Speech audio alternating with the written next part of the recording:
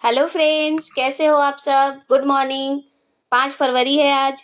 और आज के जो भी चर्चित करंट अफेयर्स है, जैसे मणिपुर में नए सीएम नियुक्त किए गए हैं 1 साल के राष्ट्रपति शासन के बाद, तो वो भी हम देखेंगे। और वर्ल्ड कैंसर दिवस भी मनाया गया था 4 फरवरी को, तो उसके बारे में, उसके थीम के बारे में भी आज जानेंगे। तो चलिए क्लास शुरू करते हैं। क्लास शुरू करने से पहले आपको बता दूं, चलिए आज का पहले थॉट देखते हैं। तो पहला आज का थॉट है कि dream it, believe it and achieve it. यानी कि पहले आपको अपने सपने देखने होंगे, आपके आपको अपने ऊपर विश्वास करना होगा, और फिर उसके लिए आपको काम करना होगा, और फिर आपका लक्ष्य आपको हासिल होगा। तो ये 3 चीज अगर आप कर लेते हैं तभी आप अपने लक्ष्य को पा सकते हैं। देखिए, मोटिवेशन बाहरी चाहे कितना भी कोई भी देश दे दे, मैं हूं या कोई और भी, कोई आपको मोटिवेट नहीं कर सकता। जब तक आप अपने सेल्फ से, यानी कि अपने अंदर से आप मोटिवेटेड नहीं हैं, तब तक आप किसी कार्य को अपने मन से नहीं कर पाएंगे। तो बहुत जरूरी है कि बाहरी जो मोटिवेशन है उस पर कम ध्यान दिया जाए, बल्कि आपके आंतरिक और अपने घर की स्थितियों को भी ध्यान में दीजिए। उससे बड़ा मोटिवेशन कोई भी नहीं है दुनिया में। तो चलिए आज का क्लास शुरू करते हैं। क्लास शुरू करने से पहले आपको बता दूं कि अगर आपको वीडियो अच्छी लगे तो प्लीज इसको लाइक और सब्सक्राइब कर दीजिएगा। और अगर आपको क्लास का पीडीएफ चाहिए तो आप मुझे टेलीग्राम चैनल पर ये लोगो लगा हुआ है। तो अगर आपको कोई भी कंफ्यूजन होता है तो आप इसी लोगो को देखकर वहां पर चैनल पर ज्वाइन कर सकते हैं। तो चलिए क्लास शुरू करते हैं। आज का पहला क्वेश्चन है, 1 वर्षों के राष्ट्रपति शासन के बाद एन बीरेन सिंह के एन बीरेन की इस्तीफा इस्तीफा इस्तीफा के बाद मणिपुर के नए सीएम यानी कि मुख्यमंत्री किन्हें नियुक्त किया गया है। तो देखिए, ये युमनाम खेमचंद सिंह को नियुक्त करने की बात कही गई है। देखिए, राष्ट्रपति शासन की बात करें तो एन बीरेन जो वहां के 12वें मुख्यमंत्री थे, एन बीरेन जो वहां के 12वें मुख्यमंत्री थे, 12वें सीएम थे, उनके द्वारा जब इस्तीफा दिया गया, उसके बाद यहाँ पर राष्ट्रपति शासन लगाया गया। राष्ट्रपति शासन अनुच्छेद 356 के तहत लगाया जाता है। और ये क्यों लगाया जाता है? जब राज्य में जो संवैधानिक तंत्र और अगर अच्छे से कार्य संचालन नहीं चल रहा है, राज्य और केंद्र के बीच में निर्देशों का पालन आपसी सहयोग से नहीं हो रहा है, तब इसको लगाया जाता है। यानी कि संवैधानिक तंत्र जब विफल हो जाता है तब इसको लगाया जाता है राष्ट्रपति के द्वारा। और लगाया कैसे जाता है? जब राज्यपाल राष्ट्रपति को कहते हैं कि यहाँ पर जो संविधान के तौर तरीकों से कार्य नहीं चलाया जा रहा है, तब ये राष्ट्रपति शासन राज्यपाल के कहने पर लगाया जाता है।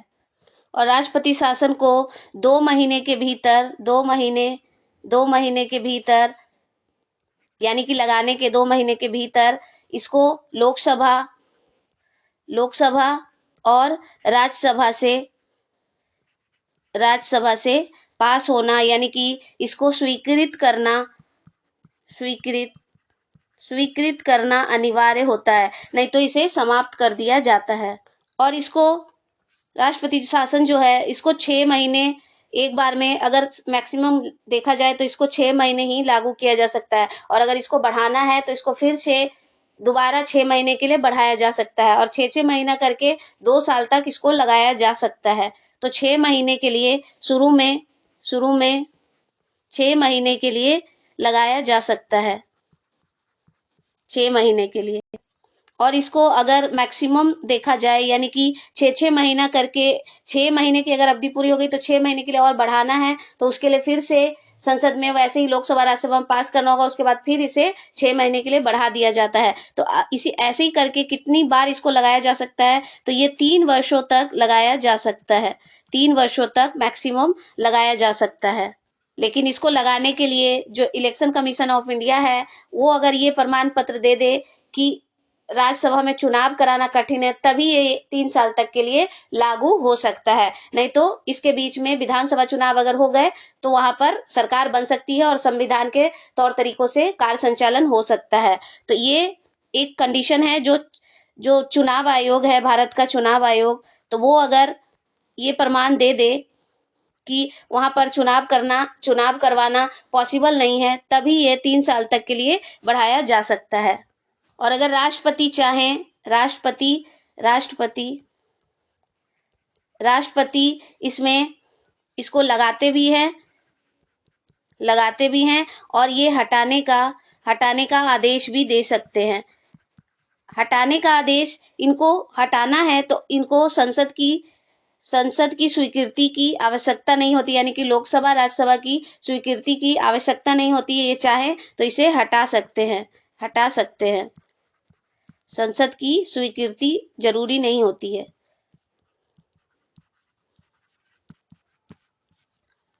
और देखिए, भारत में 3 तरह के आपातकालीन लगाए जा सकते हैं। 3 प्रकार के आपातकालीन सिचुएशन जो है वो लगाए जा सकते हैं। और कौन-कौन से अनुच्छेद में लगाए जा सकते हैं, तो वो है जो मैंने अभी बताया,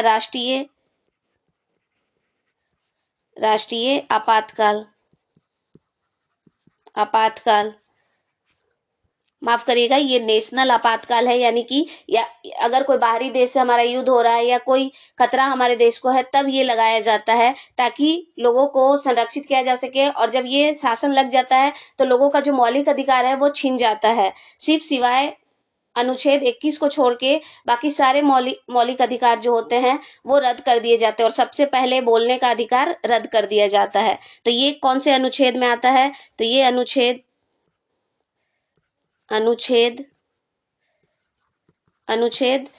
352 में ये आता है, नेशनल इमरजेंसी। उसके बाद आता है यानी कि जो अभी मैंने बताया, राष्ट्रपति शासन।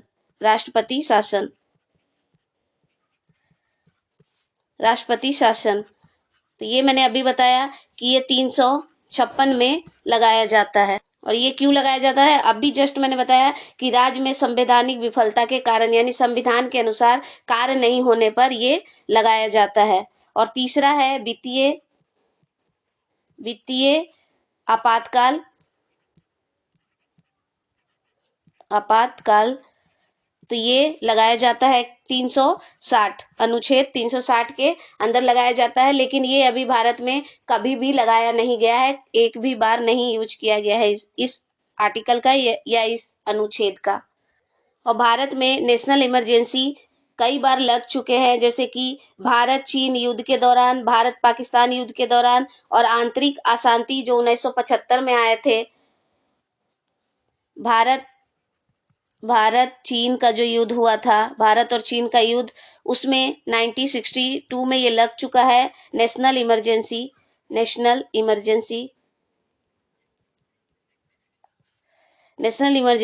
तो ये भारत चीन का युद्ध जब 1962 में हुआ था तब लगा था। 1971 में भारत पाक का जब युद्ध हुआ था, 1971 में जब बांग्लादेश को अलग कराने के लिए पाकिस्तान से हमारा युद्ध हुआ था, तब भी इमरजेंसी लगाया गया था। और 1975 में अशांति के आधार पर जो कहा गया था कि आंतरिक अशांति, यानी कि देश में ही लोग आपसी गृह क्लेश में फंस गए हों, तो इस आशंका से ये लगाया गया था। और कब लगाया गया था 1975 में लगाया गया था। 1975 में इसको लगाया गया था, आंतरिक अशांति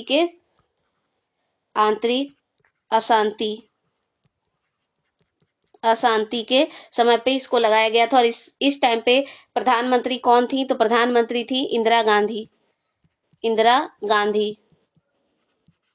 और ये लगभग 2 साल के करीब ये चला था। और उस टाइम मौलिक अधिकारों का इतना हनन हुआ था कि उसका कोई हिसाब ही नहीं है। तो मैंने अभी आपको बताया कि अगर नेशनल इमरजेंसी लगता है या किसी राज्य में जो राष्ट्रपति शासन लगता है, तब मौलिक अधिकार के कुछ हिस्से जो है उसको हटा दिया जाता है या कम कर दिया जाता है।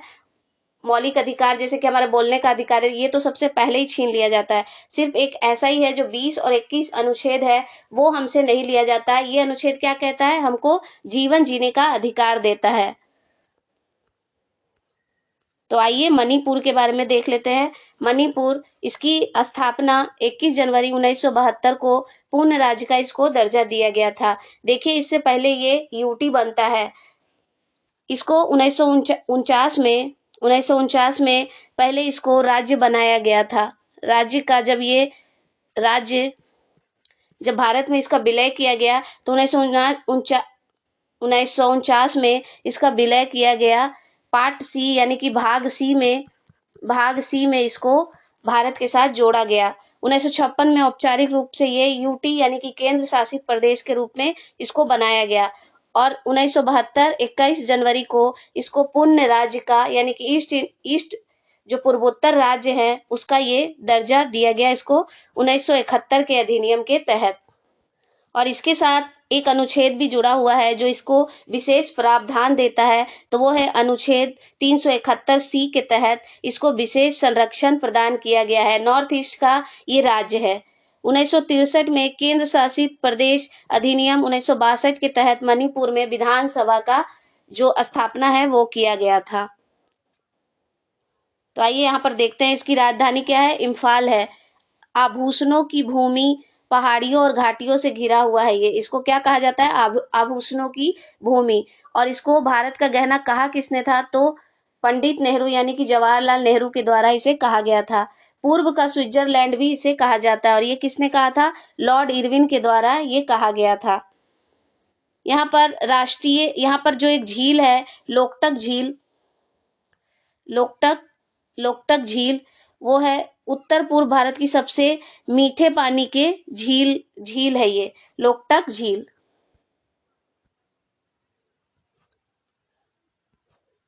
राष्ट्रीय उद्यान केवला लामजाओ नेशनल पार्क यहीं पर स्थित है। यहाँ का नेशनल राष्ट्रीय पार्क है।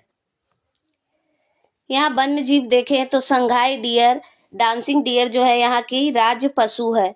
शास्त्रीय नृत्य यहाँ क्या है? तो मणिपुर नृत्य और रासलीला नृत्य। देखिए, रासलीला नृत्य जो है यूपी साइड में भी होता है, यूपी बिहार में भी होता है, लेकिन यहाँ पर भी ये प्रसिद्ध है। तो कभी ऐसा कंफ्यूजन क्रिएट करने के लिए क्वेश्चन बना भी सकता है एग्जामिनर और बनाता भी है। तो आप याद रख लीजिए कि मणिपुर में भी रासलीला होता है, नृत्य।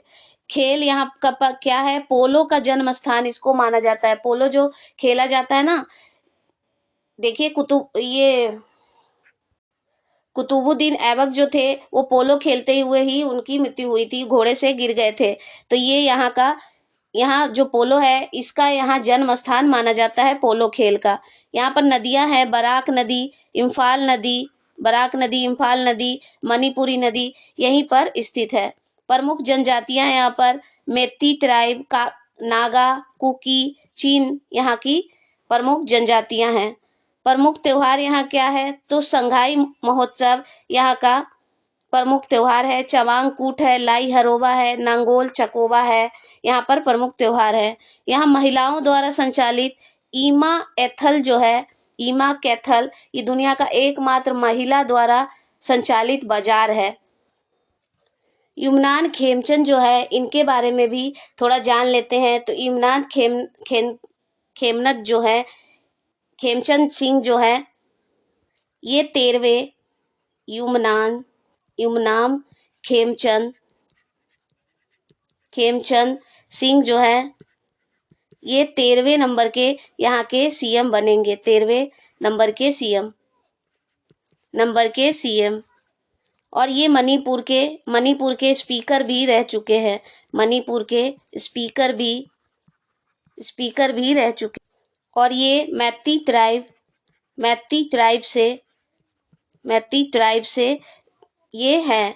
ट्राइब से ही ये बिलोंग करते हैं। और इनको शपथ कौन दिलाएंगे? तो यहाँ के राज्यपाल। और राज्यपाल कौन है यहाँ के? तो अजय कुमार भल्ला यहाँ के राज्यपाल हैं। और ये जो है ये मार्शल आर्ट ताइक्वांडो कमांडो में भी ट्रेनिंग दे चुके हैं सेना को। असम की जो पुलिस है उन सबको ये ट्रेनिंग भी दे चुके हैं। और यहीं पर ये जो क्वेश्चन है, ये जो यहाँ पर लिखा हुआ है, नेपचा किपमैन जो है, किपगैन जो है, ये भी यहाँ की उप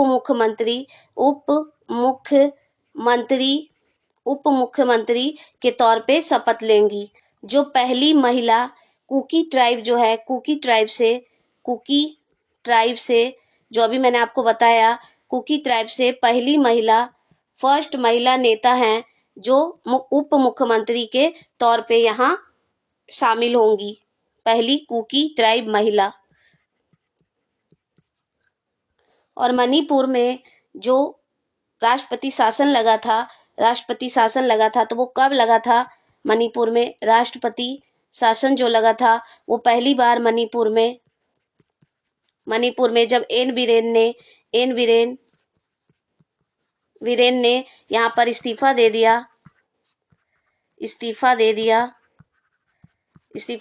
उसके बाद यहाँ पर 13 फरवरी 2025 को पहली बार यहाँ पर 6 महीने के लिए राष्ट्रपति शासन लगाया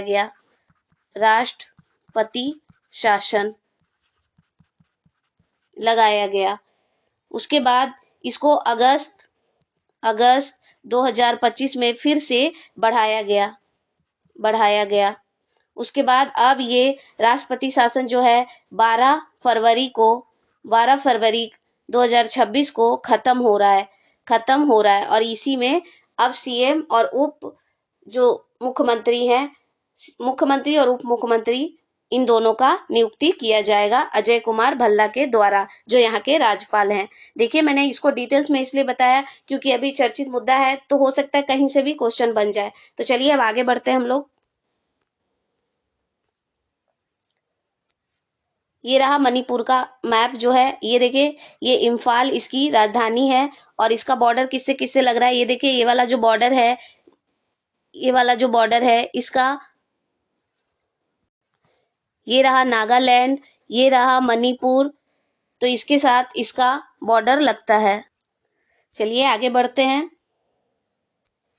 नेक्स्ट क्वेश्चन है, 4 फरवरी को विश्व स्तर पर विश्व कैंसर दिवस मनाया जाता है। 2026 का विषय क्या है?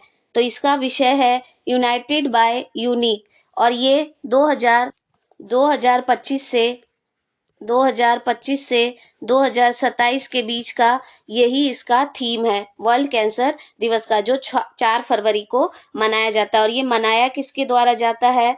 तो ये मनाया जाता है, इसको UICC के नेतृत्व में यूनियन फॉर इंटरनेशनल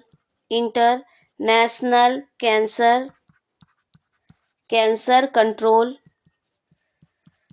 के द्वारा इसको मनाया जाता है। और ये मनाया क्यों जाता है? ताकि लोगों को जागरूक किया जा सके, जागरूकता के लिए इसे मनाया जाता है। और ये शुरू कब हुआ था? तो ये 2000 से इसको शुरू किया गया मनाना।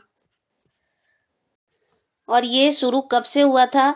शुरू तो ये 2000 से हुआ, जो इसको पेरिस में एक बैठक हो रही थी, पेरिस में, फ्रांस में एक बैठक हो रहा था, फ्रांस में, world cancer summit against cancer for the new millennium.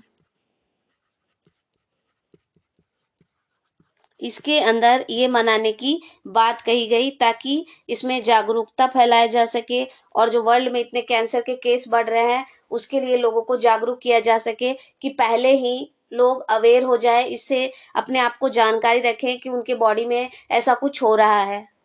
2024 में इसकी थीम क्या थी? 2024 में इसका थीम क्या था? तो इसका 2024 में थीम था कि क्लोज द केयर गैप।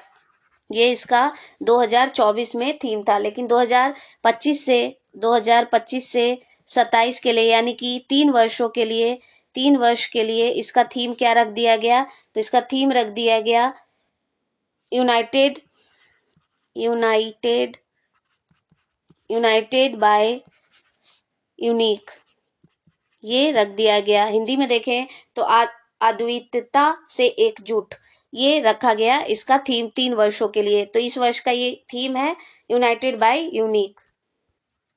तो चलिए आगे बढ़ते हैं अब। खंजर अभ्यास भारत और किस देश के बीच आयोजित की जाती है? तो देखिए खंजर अभ्यास जो है इसका अभी आयोजन कहाँ किया गया है? तो ये असम में इसका आयोजन किया जा रहा है और ये इसका 13वां एडिशन है, 13th एडिशन इसका अभी आयोजित किया जा रहा है और ये आर्मी अभ्यास। और ये शुरू कब से हुआ था? तो इसकी शुरुआत करने की बात तो कही गई थी 2011 से और शुरू भी हो गया था, लेकिन 2015 में मोदी जी की यात्रा हुई किर्गिस्तान में। तो ये किसके बीच होता है? भारत और किर्गिस्तान के बीच में होता है। तो मोदी जी यहाँ पर 2015 में गए, उसके बाद ये हर वर्ष इसका आयोजन किया जाने लग गया, हर वर्ष। और ये कब से कब तक आयोजन किया जा रहा है? तो 4 से 17 फरवरी के बीच में इसको आयोजित किया जाएगा, यानी कि शुरू हो गया है आज से और ये 17 फरवरी तक चलेगा। और ये भारत की तरफ से इसमें कौन गया है? भारत की तरफ से तो भारत का पैरासूट रेजिमेंट जो है, रेजिमेंट ये अभी वहां पर गया है। और इसका एम क्या है? इसका एम है यानी कि ये क्या करना चाहता है, किस लिए ये अभ्यास किया जाता है? तो ये है आतंकवाद को खत्म करना, सुरक्षा को बढ़ावा, सहयोग देशों के बीच, जो दोनों देशों के बीच है, वो सहयोग को बढ़ावा देना इसका लक्ष्य है या एम है इसका। अगर किर्गिस्तान की बात करें, किर्गिस्तान की बात करें तो ये जो है इसकी राजधानी क्या है? तो इसकी राजधानी है बिश्केक इसकी राजधानी है। ये सेंट्रल एशिया का देश है, और ये 1991 में यूएसएसआर से अलग होके बना था। यूएसएसआर जो है इसमें से 15 देश निकलते हैं और इसमें से सबसे बड़ा देश जो है वो रसिया निकल के आता है और उसी में से किर्गिस्तान, कजाकिस्तान, उज्बेकिस्तान, उस सेंट्रल एशिया के जो 15 देश हैं वो सब निकल के यूएसएसआर से ही निकलते हैं। तो ये भी उसी से निकल के बना था। और इसकी मुद्रा क्या है? तो इसकी मुद्रा है सोम है। यहाँ पर जो भाषा बोली जाती है वो भाषा क्या है? तो यहाँ पर भाषा बोली जाती है किर्गिज और रूसी भाषा यहाँ पर बोली जाती है। चलिए अब आगे बढ़ते हैं। भारत अमेरिका व्यापार समझौता, जिसके तहत भारतीय वस्तुओं पर अमेरिकी शुल्क को घटाकर कितना कर दिया गया, जिससे व्यापारिक तनाव को कम करने की दिशा में एक रणनीतिक कदम माना जा रहा है। तो ये अभी 18% कर दिया गया है।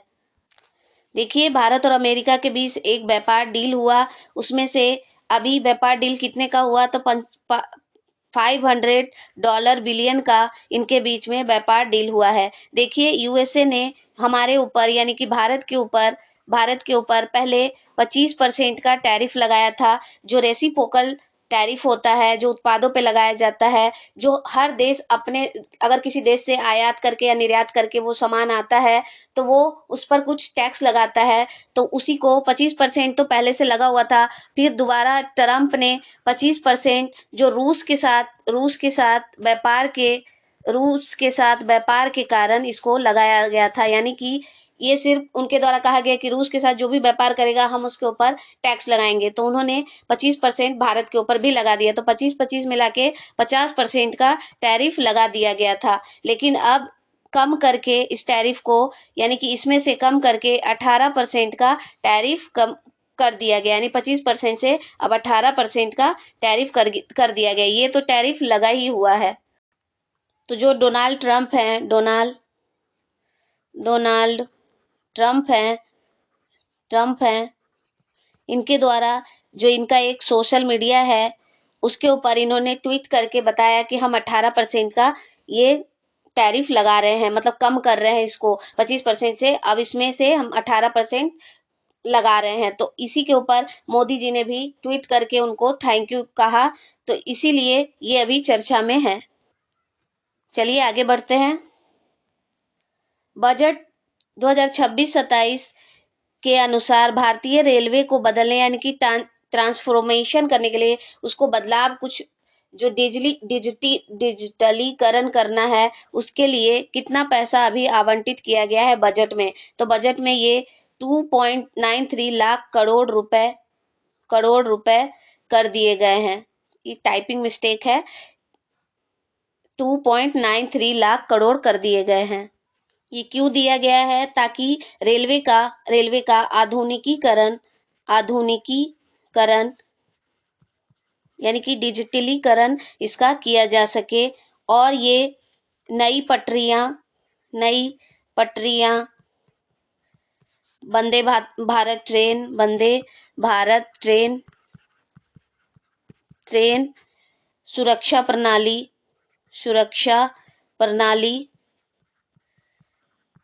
कवच क्या है? जब दो ट्रेन टकराने के स्थिति में हो तो ये अपने आप ट्रेन को रोक सकता है। ये एक टेक्नोलॉजी है जो ट्रेन में लगा रहेगा। अगर ऐसा कभी बाय चांस हो जाए तो ये ट्रेन अपने आप रुक जाएगा और एक्सीडेंट होने से बच जाएगा। तो ये सिस्टम है कवच सिस्टम।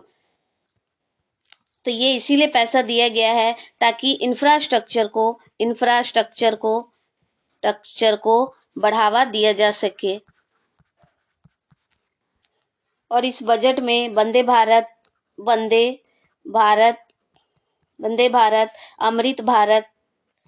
अमृत भारत स्टेशन योजना और रोलिंग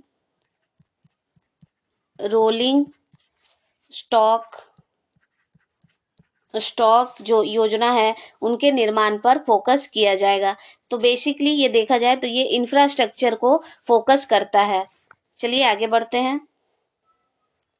अरुणाचल प्रदेश की पर्वतारोही कवाक यानो ने फरवरी 2026 में अर्जेंटीना में स्थित दक्षिण अमेरिका की सबसे ऊंची चोटी पर चढ़ाई की। उस चोटी का नाम क्या है? तो उस चोटी का क्या नाम है?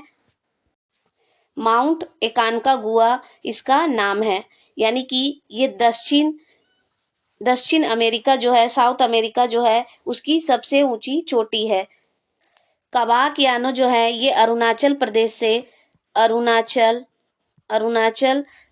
से हैं, वहां से ये बिलोंग करती हैं। और ये न्यासी ट्राइब, वहां की जो अरुणाचल में न्यासी ट्राइब पाई जाती है, जनजाति पाई जाती है, उससे ये बिलोंग करती हैं। और ये पहली महिला है, फर्स्ट महिला न्यासी ट्राइब की, जिन्होंने न्यासी ट्राइब की ये पहली महिला है जो माउंट एवरेस्ट पर चढ़ाई करने वाली ये बन गई थी, जो 2024 में माउंट एवरेस्ट पर चढ़ाई किया था इन्होंने। जो कोई भी न्यासी ट्राइब की पहली महिला ऐसी थी जो माउंट एवरेस्ट पर चढ़ने वाली महिला बनी थी। अरुणाचल प्रदेश के जो राज्यपाल उनके द्वारा इन्हें शुभकामनाएं भी दी गई है। कौन है यहाँ के राज्यपाल? तो केटी पार नायक यहाँ के राज्यपाल हैं। उन्होंने इन्हें शुभकामनाएं भी दी हैं, शुभकामना दी। और इन्होंने अभी माउंट एकानकागुआ यानी कि जो अर्जेंटीना दक्षिण अमेरिका में सबसे ऊंची चोटी है उस पर चढ़ाई की। और इन्होंने और कौन कौन सी पर्वतों पे चढ़ाई किया है? तो ये माउंट किलिमंजारो जारो जो अफ्रीका की सबसे ऊंची चोटी है। अफ्रीका की सबसे ऊंची चोटी है, वहां पर भी इन्होंने चढ़ाई की थी। और कब की थी? तो अगस्त 2025 में इन्होंने चढ़ाई की। माउंट एल्बरोज इन्होंने ये यूरोप की सबसे ऊंची चोटी है। और इन्होंने इस पे कब चढ़ाई की? तो अगस्त 2025 में इन्होंने इस पे चढ़ाई की। 7 महाद्वीपों के जो सबसे ऊंची चोटियां हैं उसको कहा जाता है सेवन समिट्स। जो 7 महादेश हैं, 7 महादेश उनकी सबसे ऊंची चोटी को कहा जाता है, चोटी को 7 समिट कहा जाता है। तो ये कौन कौन सी है? तो पहली है एशिया में माउंट एवरेस्ट। इसकी लंबाई कितनी है? तो 8848.86 मीटर। फिर है एकानका गुआ।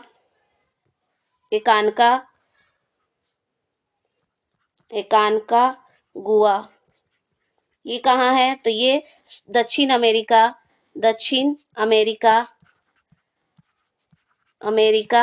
में स्थित है। और इसकी लंबाई कितनी है? तो 6961 मीटर। नेक्स्ट देखें तो उत्तरी अमेरिका में देखें तो डेनाली या माउंट किनले भी इसको कहा जाता है, माउंट किनले। इसकी लंबाई कितनी है? तो 6194 मीटर। नेक्स्ट है अफ्रीका की सबसे ऊंची चोटी देखें तो किलिमंजारो। इसकी ऊंचाई कितनी है? तो ये है 5895 मीटर। नेक्स्ट है यूरोप की देखें, यूरोप की सबसे ऊंची चोटी है माउंट एल्बरज, जिसकी लंबाई है 5642 मीटर। नेक्स्ट है अंटार्कटिका में देखें तो माउंट विंसेप। और इसकी लंबाई कितनी है? ऊंचाई इसकी कितनी है? तो 4892 मीटर। और लास्ट में देखें ओशेनिया यानी कि ऑस्ट्रेलिया। तो यहाँ पर है माउंट कोसिस्को।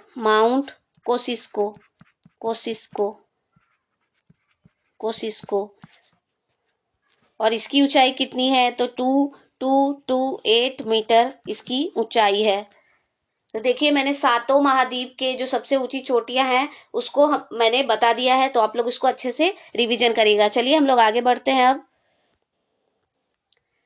क्रेफोर्ड अवार्ड 2026 जो हाल ही में दिया गया है, पहले भारतीय मूल के वैज्ञानिक को दिया गया, उनका नाम क्या है? तो उनका नाम है वीरभद्रन रामनाथन। इनका आंसर होगा वीरभद्रन रामनाथन को ये दिया गया है। और इनका ये जो है ये यूएसए में शिफ्ट हो गए थे, लेकिन ये बेंगलुरु कर्नाटका से बिलोंग करते हैं।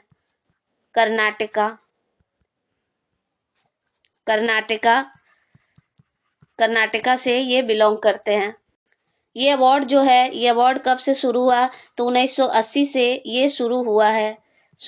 और ये दिया किस फील्ड में जाता है? इसका क्षेत्र क्या है? तो ये साइंस एंड रिसर्च के क्षेत्र में ये दिया जाता है, रिसर्च।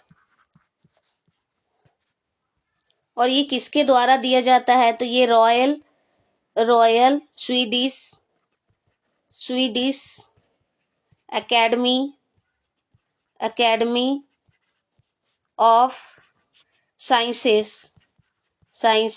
के द्वारा ये दिया जाता है, ये अवार्ड प्रदान किया जाता है। और ये जो वीरभद्रन रामानाथन है, इन्होंने इनको किस कार्य के लिए, इनको किस योगदान के लिए दिया गया है, तो इन्होंने मॉन्ट्रियल प्रोटोकॉल के लिए काफी कार्य किया था। प्रोटोकॉल के लिए कार्य किया था।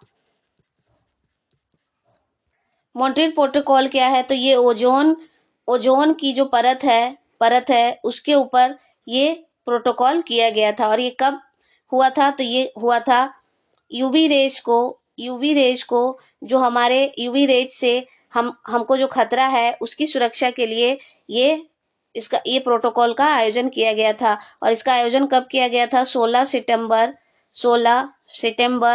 1987 को इसको आयोजित किया गया था। और 16 सितंबर को ही ओजोन डे मनाया जाता है।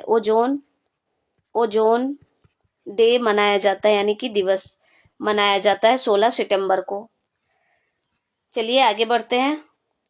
पेनियार नदी विवाद किन राज्यों के बीच में अभी हाल ही में चर्चा में आया है, तो ये तमिलनाडु और कर्नाटका के बीच में अभी विवादित है। ये नदी को लेके विवाद चला आ रहा है। और इसी को लेके तमिलनाडु सरकार इन्होंने केस फाइल किया था इसके अगेंस्ट। उन्होंने कहा कि जो पानी है वो कर्नाटका में ही ज्यादा यूज हो जाता है और हमारे पास ये पानी कम आता है। ये नदी कर्नाटका से निकलती है। नदी कहाँ से निकलती है, पेन्नोर नदी जो है ये निकलती है कर्नाटका के नंदी हिल से। नंदी हिल जो है वहां से ये नदी निकलती है और इसको कर्नाटका, तमिलनाडु और आंध्र प्रदेश से ये होते हुए जाती है बंगाल की खाड़ी में। यानी कि ये डेल्टा कहाँ बनाती है, तो ये बंगाल की खाड़ी में इसने अपना डेल्टा बनाती है इसकी। और इस नदी का दूसरा नाम क्या है, दूसरा नाम अगर इस नदी का देखें, दूसरा नाम तो इसको थेन्नापनई नदी भी कहा जाता है कर्नाटका में। इस नदी का दूसरा नाम। और इसकी सहायक नदियां कौन सी है, तो इसकी सहायक नदियों में है तो इसकी नदियां हैं चेनार और पेम्बन। ये इसकी सहायक नदियां हैं। और अभी जो तमिलनाडु ने केस फाइल किया, तमिलनाडु ने जो केस फाइल किया उसमें सुप्रीम कोर्ट ने कहा है कि जो वाटर डिस्प्यूट एक्ट है, वाटर यानी कि जो विवाद है, डिस्प्यूट एक्ट है।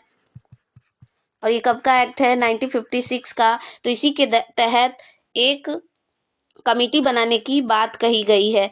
तो सुप्रीम कोर्ट ने अपने पावर का यूज किया है। पावर का यूज करते हुए अनुच्छेद 131 के तहत कहा है कि एक कमिटी बनाई जाए और इस विवाद का निपटारा किया जाए। और इसमें जज कौन कौन थे, तो इसमें जज थे विक्रम और अंजारिया, ये दोनों जज थे। और इसमें जो अगर किसी भी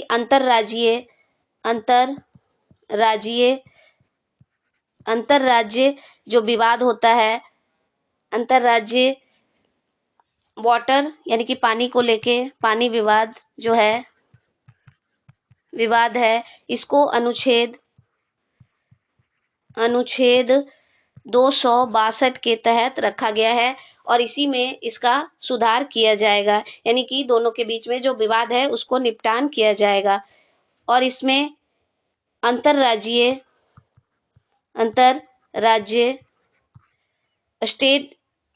अंतरराज्य काउंसिल भी बनाने की बात कही गई है।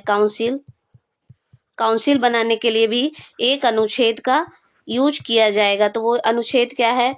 तो अनुच्छेद है 263, यानी कि 263 अनुच्छेद का यूज किया जाएगा। चलिए आगे बढ़ते हैं। एनएसओ नेशनल स्टैटिक ऑफिस के द्वारा एक राष्ट्रव्यापी प्रवासन सर्वेक्षण कब आयोजित किया जाएगा? देखिए, जो प्रवासन होता है यानी कि जो माइग्रेंट्स होता है उसके बारे में डेटा जारी किया जाएगा। देखिए, जैसे अपने देश में अभी 2026-27 में जनगणना होना है, तो इसीलिए इसे अभी जनगणना से पहले ये किया जा रहा है। और इसका आयोजन कब से कब तक किया जाएगा? तो ये जुलाई 2026 से जून 2027 तक, यानी 1 सालों के बीच में ये डेटा कलेक्ट किया जाएगा कि कितने लोग कहाँ से कितना प्रवास कर रहे हैं। 2020 से 21 के बीच का अगर डेटा देखें तो माइग्रेशन कितना हुआ है, यानी कि प्रवास एक जगह से दूसरी जगह जो जाते हैं। जैसे कि अगर मान ली जाए कि बिहार से कोई गुजरात गया है अपने काम के लिए, अपनी नौकरी के लिए या पढ़ाई के लिए किसी और राज्य में जाकर पढ़ाई कर रहा है, तो ये भी एक प्रवासी है। तो इसी के ऊपर डेटा जारी किया जाएगा। कब से? जुलाई 2026 से जून 2027 के बीच में डेटा कलेक्ट किया जाएगा।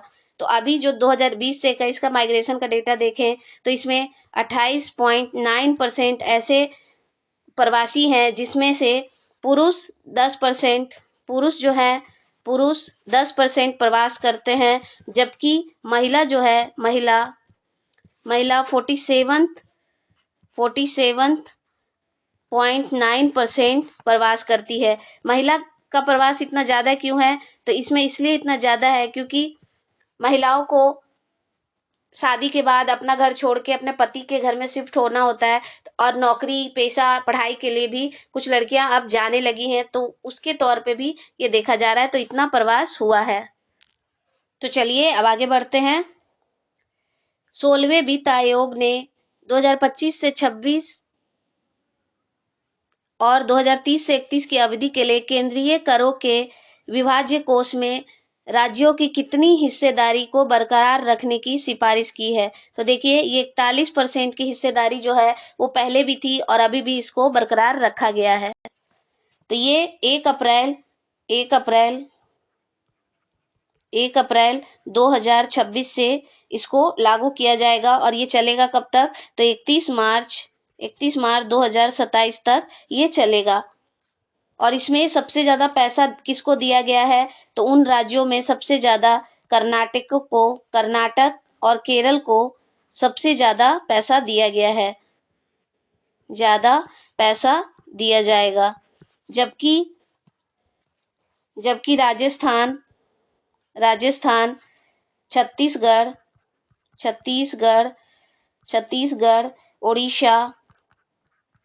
उड़ीसा, बिहार, वेस्ट बंगाल, यूपी और एमपी का जो पैसा है वो कम दिया गया है, पैसा कम दिया, और सबसे कम तो एमपी को दिया गया है, मध्य प्रदेश को। और ये जो रिपोर्ट थी वित्त आयोग की जो 16th जो वित्त आयोग है, इसको हेड कौन कर रहे थे? तो इसको हेड कर रहे थे अरविंद पंगड़िया इसको अभी हेड कर रहे थे, और इन्होंने ही राष्ट्रपति को रिपोर्ट सौंपा।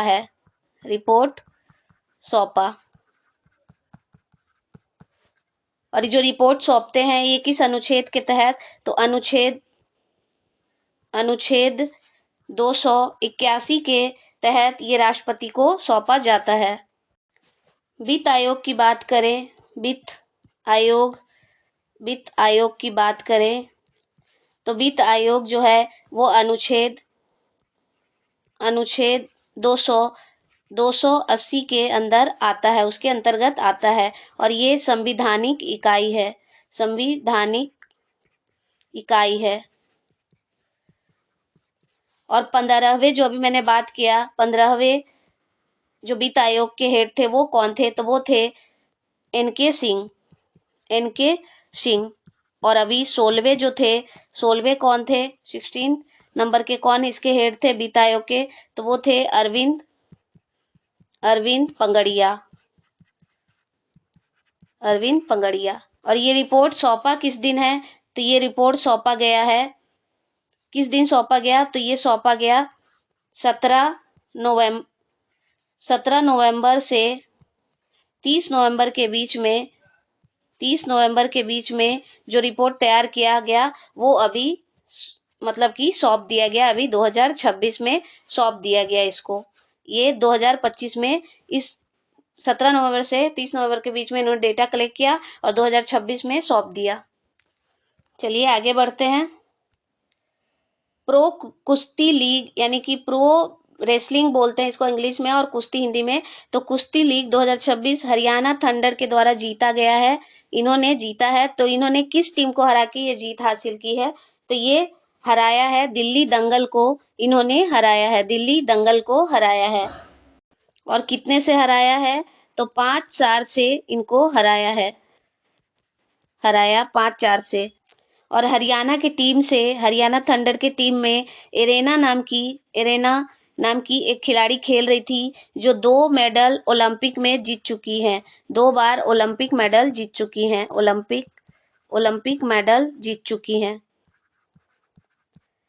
तो ये हरियाणा की टीम के साथ खेल रही थी और ये कब कब जीती थी, तो पहली बार इन्होंने टोक्यो जो जापान में आयोजित हुआ था 2020 में, तो इसमें भी इन्होंने जीत हासिल की थी। फिर इन्होंने पेरिस जो ओलंपिक हुआ था 2024 में, उसमें भी इन्होंने जीत हासिल की थी। और कौन सी कैटेगरी में, 62 केजी कैटेगरी में इन्होंने जीत हासिल की थी, कैटेगरी में जीत हासिल की थी। और इस खेल का आयोजन हो कहाँ रहा था, तो नोएडा इंडोर स्टेडियम इसका आयोजन किया जा रहा था। और इस खेल में कितने टीम खेल रही थी, तो इसमें 6 टीम जो है 6 टीम खेल रही थी, 6 टीम के द्वारा इसमें खेल मतलब जो टीम है वो 6 टीम इसमें भाग ले रही थी। इसमें जो सबसे ज्यादा जीत है मैक्सिमम जो जीत है वो पंजाब की टीम जीत चुकी है। तो पंजाब की टीम कितनी बार जीती है, तो वो 2 बार जीत चुकी है। इसमें 2015 से ये शुरू हुआ था। चलिए नेक्स्ट क्वेश्चन देखते हैं। नेक्स्ट है फ्यूगो ज्वालामुखी किस देश में स्थित है, तो फ्यूगो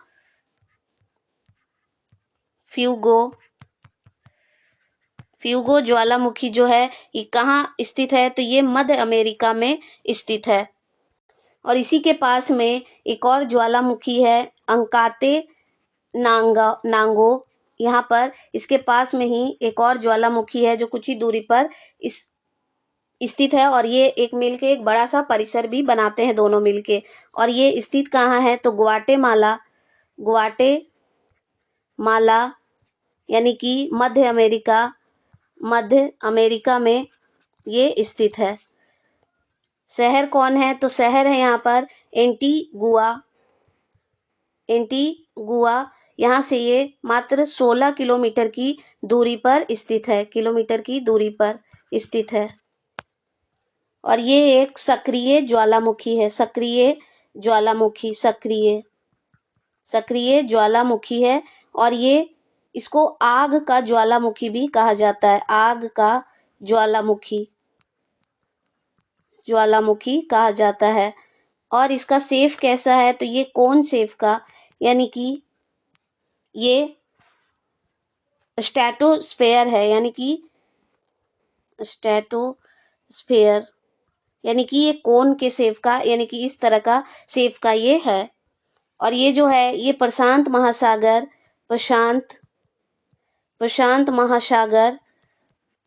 महासागर में रिंग ऑफ फायर का ये हिस्सा है। चलिए आगे बढ़ते हैं। 3rd edition tri services future warfare course कहाँ आयोजित किया जा रहा है, तो ये मानेकशॉ सेंटर दिल्ली में इसका आयोजन किया जा रहा है। इसका आयोजन मानेकशॉ सेंटर यानी कि दिल्ली में इसका आयोजन किया जा रहा है। और ये एकीकृत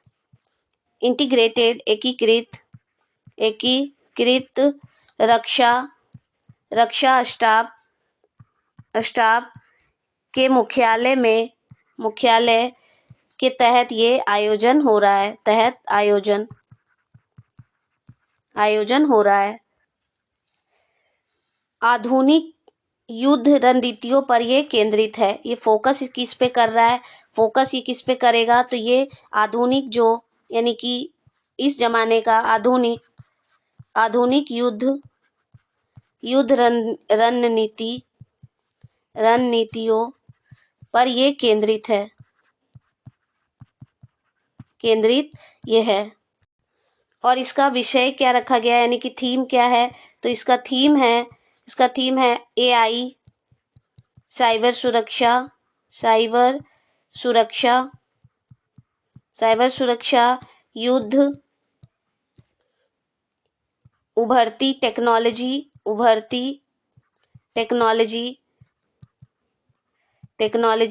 इन सब पर बातचीत किया जाएगा और यही इसका विषय है। इसका आयोजन होगा कब से कब तक?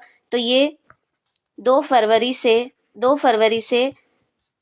25 फरवरी के बीच में इसका आयोजन किया जाएगा। और ये एक एग्जीबिशन है, ताकि और भी किस फील्ड में हमको काम करने की जरूरत है इस पे ध्यान दिया जा सके। और ये इसका थर्ड एडिशन 2026 में की हो रहा है। तो इसका पहला एडिशन कब हुआ था? तो इसका पहला एडिशन 2024 में हुआ था और इसका दूसरा एडिशन 2nd एडिशन जो है वो कब हुआ था? तो 2025 में। चलिए आगे बढ़ते हैं। भारत की 17 वर्षीय अनाहत सिंह ने वॉशिंगटन डीसी में आयोजित स्क्वैश ऑन फायर ओपन 2026 में अपना पहला PSA कांस्य स्तरीय पदक किसको हरा के जीता है? तो ये जॉर्जिया कनेडी जो हैं उनको हरा के इन्होंने जीता है। और इसका आयोजन यूएसए वॉशिंगटन में इसका आयोजन हुआ था। आयोजन इसका यूएसए में हुआ। अनाहत सिंह ने इसको जीता, जॉर्जिया कनेडी को हराया है इनको। और इन्होंने 26 मिनट में जीत हासिल की। और ये अनाहत का पहला ब्रॉन्ज लेवल खिताब है यानी कि ब्रॉन्ज लेवल ये पहला खिताब है, फर्स्ट खिताब। और ये जो है अनाहत सिंह इन्होंने वर्ल्ड के टॉप 20 जो है टॉप 20 उसमें प्रवेश करने वाली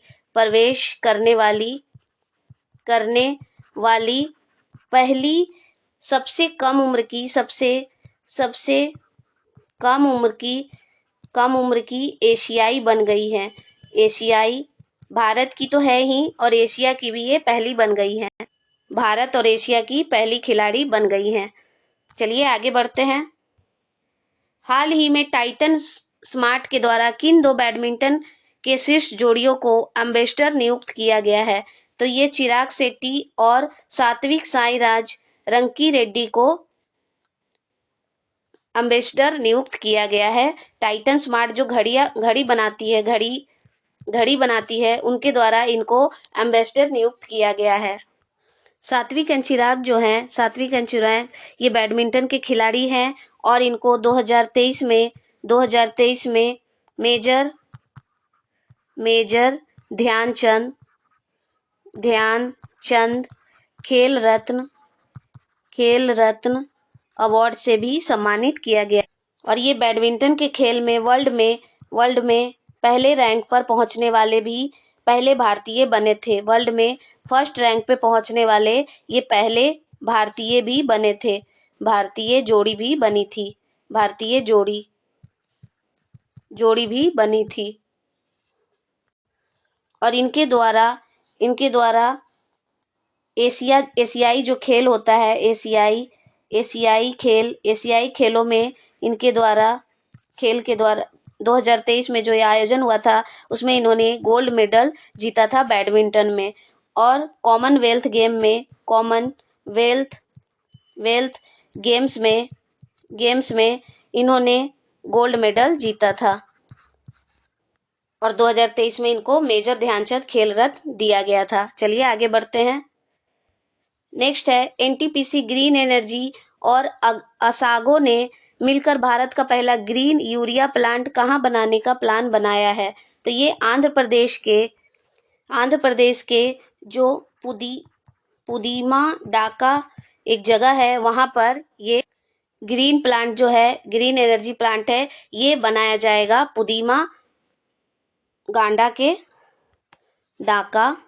पुदीमा डाका के एक जगह है, वहां पर ये बनाया जाएगा।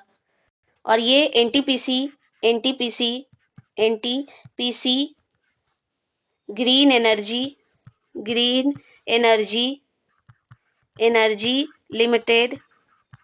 लिमिटेड यानी कि NGEL के सहयोग से, और इसके साथ कौन मिलके करेगा, तो असागो, ये दोनों ने मिलके पहला भारत का ग्रीन यूरिया प्लांट बनाने का इनका प्लान है। इसकी उत्पादन क्षमता कितनी होगी? उत्पादन क्षमता कितना होगा? तो इसका उत्पादन क्षमता होगा 1000 टन प्रतिदिन, पर डे। और इसका उद्देश्य क्या है? इसका उद्देश्य है ग्रीन अमोनिया, ग्रीन हाइड्रोजन और नवीकरणीय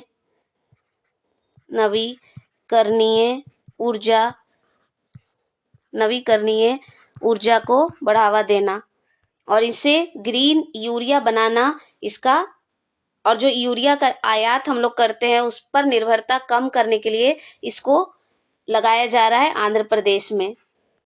और इससे क्या होगा? जो यूरिया का आयात हम लोग करते हैं तो भारत में ही 8 से 10 मिलियन टन जो है वो प्रति वर्ष यहीं पर यूरिया का उत्पादन किया जाएगा ताकि जो इसका आयात इसको कम किया जा सके। चलिए आगे बढ़ते हैं। तेल और प्राकृतिक गैस के संरक्षण को बढ़ावा देने के लिए सक्षम 2025-26 किस राज्य के द्वारा लॉन्च किया गया है? तो ये लॉन्च किया गया है पश्चिम बंगाल के द्वारा। और ये क्या है? तो ये है एक सक्षम संरक्षण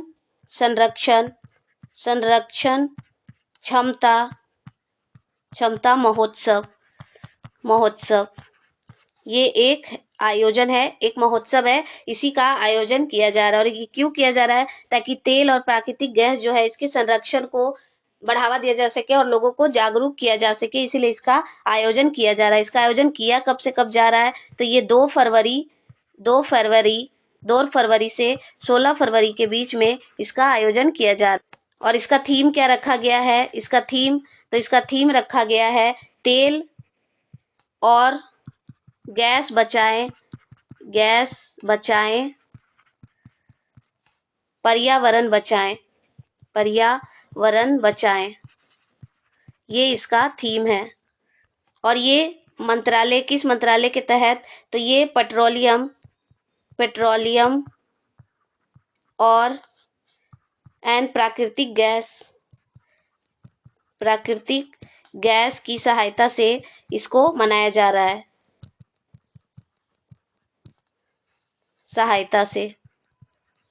और इसके मंत्री कौन है? तो हरदीप सिंह पुरी।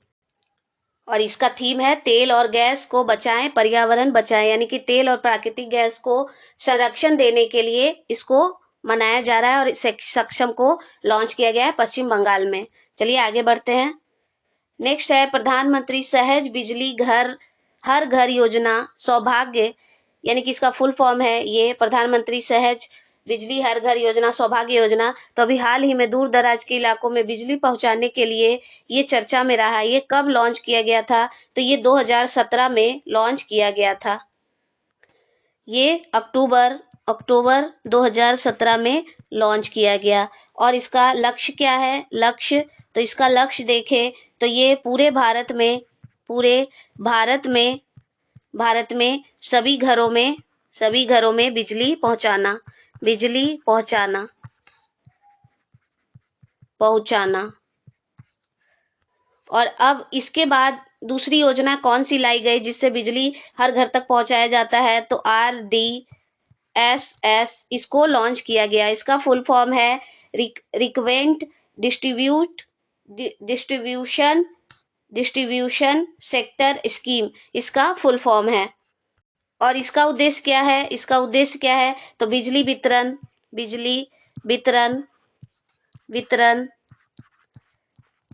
वितरण, इनकी गुणवत्ता,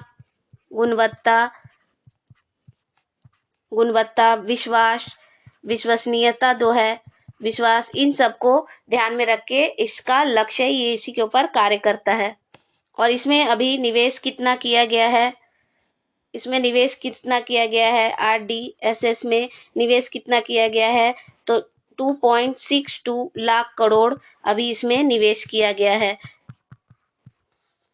किया गया और ये घरों में बिजली पहुंचाना इसका काम है। और इसको कितना फंड दिया गया है? इस बार फंड कितना इसको दिया गया है? तो 6522 करोड़ रुपए का इसमें फंड दिया गया है। और ये कितने घरों को अभी लक्षित कर रहा है? तो ये कितने घरों को टारगेट कर रहा है? तो ये है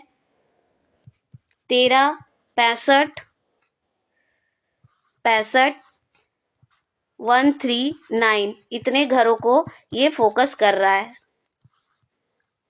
और ये भी चर्चा में इसलिए है कि जो दूर दराज इलाके यानी कि जो जनजातीय वाला इलाका है, जनजातियों वाला इलाका है, वहां पर इलाका यानी कि PVTG जो है, इसके तहत दूर दराज इलाकों में भी बिजली को पहुंचाया जा सके। तो इसीलिए यह भी चर्चा में आया है। चलिए आगे बढ़ते हैं। आज के क्लास का लास्ट क्वेश्चन देखते हैं। किस संस्था के द्वारा भारत के विकसित भारत विजन को गति देने के लिए वार्षिक 8 से 10 अरब डॉलर देने का वादा किया गया है? तो ये वर्ल्ड बैंक के द्वारा वादा किया गया है। इसका उद्देश्य है कि जो सार्वजनिक और जो निजी यानी कि प्राइवेट